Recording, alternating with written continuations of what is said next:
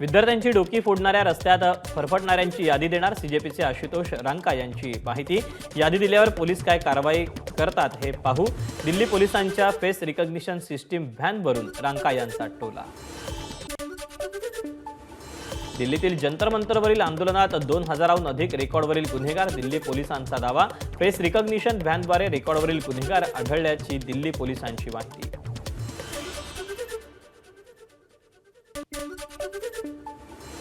CJP आणि केंद्र सरकारच्या मंत्र्यांमध्ये आज पुन्हा चर्चा। दुपारी 3:30 वाजता सीजेपी धर्मेंद्र प्रधान यांच्या राजीनाम्याबाबत पुन्हा एकदा मागणी करणार।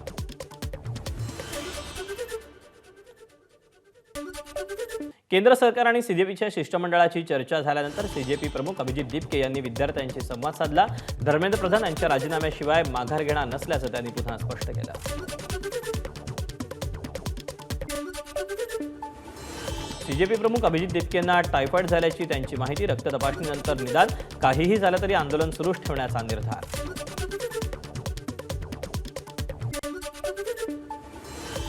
मला प्रामाणिकपणा सिद्ध करण्याची गरज नाही, डील करायची असती तर उपाशी राहिलो नसतो, तब्येत पणाला लावली नसती, सोनम वांगचुक यांचं ट्रोल करणाऱ्यांना उत्तर। दिल्लीतील जंतर मंतरवर विद्यार्थ्यांवर पोलिसांनी केलेल्या लाठीचार्जचा नागपुरातील वकिलांकडून निषेध। वकिलांचा पीडित विद्यार्थ्यांना जाहीर पाठिंबा।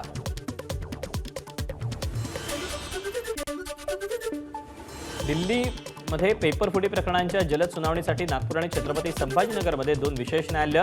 मुंबई उच्च न्यायालयाचा महत्त्वाचा निर्णय, नीट पेपरफुटी प्रकरणांचाही समावेश। सार्वजनिक परीक्षा आणि स्पर्धा परीक्षातील पेपरफुटी प्रकरणांची विशेष न्यायालयात सुनावणी। विद्यार्थी आंदोलनाच्या पार्श्वभूमीवर महाराष्ट्र पोलिसांचा राज्यात सतर्कतेचा इशारा। मुख्यमंत्री, मंत्री, लोकप्रतिनिधी आणि महत्त्वाच्या शासकीय इमारतींच्या सुरक्षेत वाढ।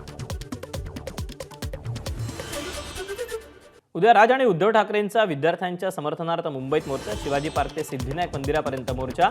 ठाकरेंच्या मोर्चाला काँग्रेसचा पाठिंबा। तरुणांनी आंदोलनात सहभागी होण्याचं ठाकरे बंधूंचं आवाहन। नवी पिढी प्रश्न विचारते, त्यांना तर्कशुद्ध उत्तर द्यावं लागतं, त्यांच्याशी संवाद गरजेचा। विद्यार्थ्यांच्या आंदोलनावर सरसंघचालक मोहन भागवतांचं भाष्य।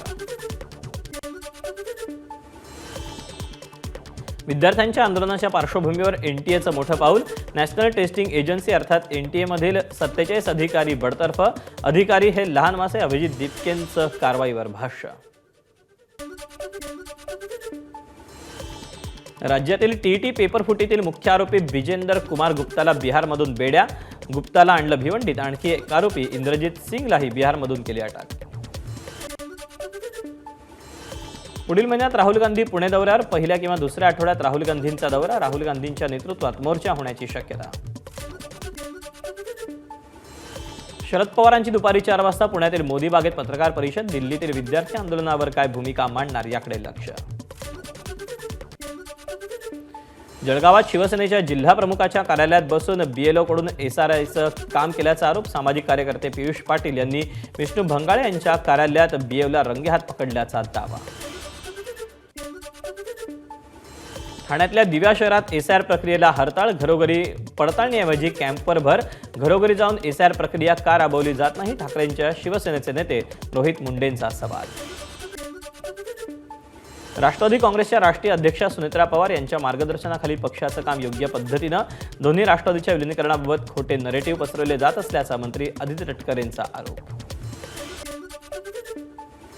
पुण्यश्लोक अहिल्यादेवी होळकर कर्जमुक्ती योजनेतील तिसरी यादी जाहीर। 16,95,000 शेतकऱ्यांची तिसऱ्या यादीत नावं। राज्यातील थकबाकीदार शेतकऱ्यांसाठी 36,000 कोटी रुपयांची कर्जमुक्ती योजना। ठाण्यात जादा दर आकारणी करणाऱ्या रुग्णवाहिका चालकांना चाप बसणार। रुग्णवाहिकेसाठी आकारण्यात येणाऱ्या दरपत्रकाची यादी जाहीर। मनसेच्या पुढाकारानं परिवहन अधिकाऱ्यांनी दरपत्रकाची यादी जाहीर केली। धुळ्यातील पिंपळनेर परिसरात पांझरा नदीच्या पाणी पातळीत वाढ। पांझरा नदीवरील लाठीपाडा धरण 100% भरलं। काही भागात पूर परिस्थिती। कल्याणनगर महामार्गावर माळशेज घाटात पावसामुळे रस्ता खचला। नगरच्या दिशेने जाणाऱ्या मार्गावरील रस्ता खचला। एकेरी वाहतूक सुरू। अहिल्यानगरच्या अकोले तालुक्यात गेल्या 4 दिवसांपासून जोरदार पाऊस। परिणामी पांजरे गावात हरी उघडे यांच्या घरावर दरड कोसळली। संपूर्ण घर मातीच्या ढिगाऱ्याखाली काढलं गेलं। परिसरातील 3 कुटुंबांना सुरक्षित स्थळी हलवलं। पुण्यातील खडकवासला धरसाखळीत 14.15 टीएमसी पाणीसाठा, गेल्या वर्षीच्या तुलनेत यंदा पाणीसाठ्यात वाढ.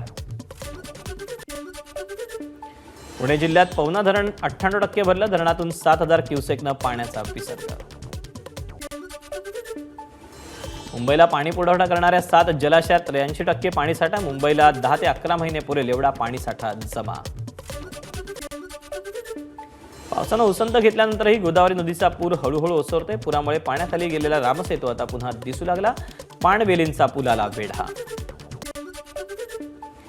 नाशिकच्या नांदूर मध्यमेश्वरमध्ये जोरदार पाऊस, धरणाच्या पाणलोट क्षेत्रात असलेला चांदोरी, सायखेडा, कोठोरे, करंजगाव आणि चापडगाव पाण्याखाली.